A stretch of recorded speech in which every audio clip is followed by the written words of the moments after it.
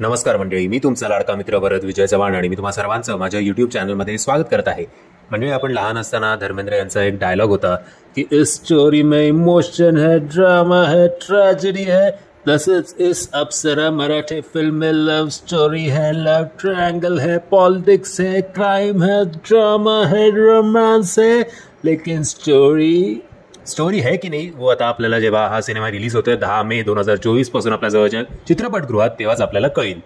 आता overall trailer बघितल्यानंतर या सिनेमाबद्दलच्या चांगल्या बाजू, ट्रेलर चांगला एडिट केलेला आहे, background music through out the trailer चांगलं आहे, लोकेशन चांगले आहेत, सिनेमॅटोग्राफी चांगली आहे, प्रत्येक त्या खास करून रोमॅन्टिक सीनचे ट्रीटमेंट चांगले आहेत, ॲक्शन सीनचे सुद्धा बऱ्यापैकी रिअलिस्टिक ॲक्शन असे वाटावे असे शूट केलेले आहेत सीन.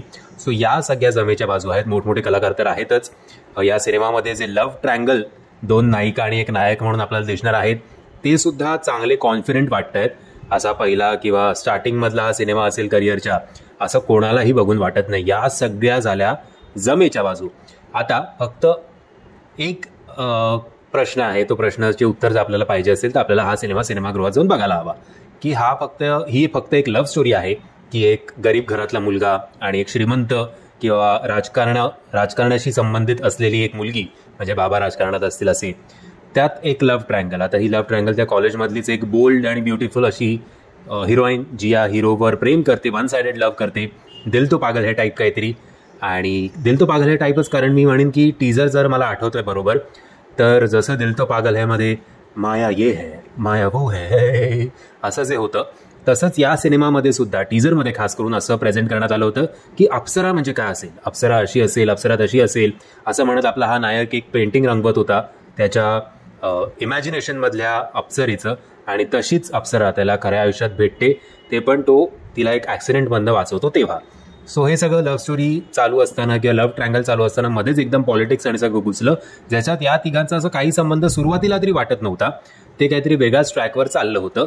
बट आता हे जे काही दोन ब्रिज आहेत, ब्रिज नाही म्हणणार, हे जे काही दोन टेकड्या आहेत त्यातला मधला ब्रिज कसा या मेकर्सनी बांधलाय आणि या दोन टोकांना कसं एकत्र जॉईन केलंय, आणि जर ते भट्टी चांगली जमली असेल ना तर हा सिनेमा चांगला सिनेमा म्हणून आपल्यासमोर येऊ शकतो. एक तर पुन्हा एकदा रुद्र या सिनेमाप्रमाणेच अप्सरा हा सिनेमा सुद्धा काहीतरी अनलाईक मराठी सिनेमा करण्याचा प्रयत्न केला, त्यासाठी या मेकर्सचं खरंच कौतुक. बाकी आता लेट्स होप कसा हा सिनेमा प्रदर्शित शो टायमिंगच्या बाबतीत कितपत त्याला रिस्पॉन्स मिळतोय, काय मिळतोय ते बघूया, आणि आशा करूया की अशा प्रकारचे जे प्रयत्न असतात त्यांना थोडा तरी प्रतिसाद मिळेल. ऑब्व्हियसली सगळं स्लो पॉयझनिंग सारखं असतं, पटकन काय आपण कुठल्या याची अपेक्षा करू शकत नाही. बट तरीसुद्धा हा सिनेमा बऱ्यापैकी चांगली कामगिरी करेल आणि एक रोल मॉडेल ठरेल येणाऱ्या काही सिनेमांसाठी की अशा जॉनरचे सिनेमेसुद्धा आपण हाताळायला हवेत. बाकी या दोनही नायिकेंना आणि नायकाला ऑल द बेस्ट.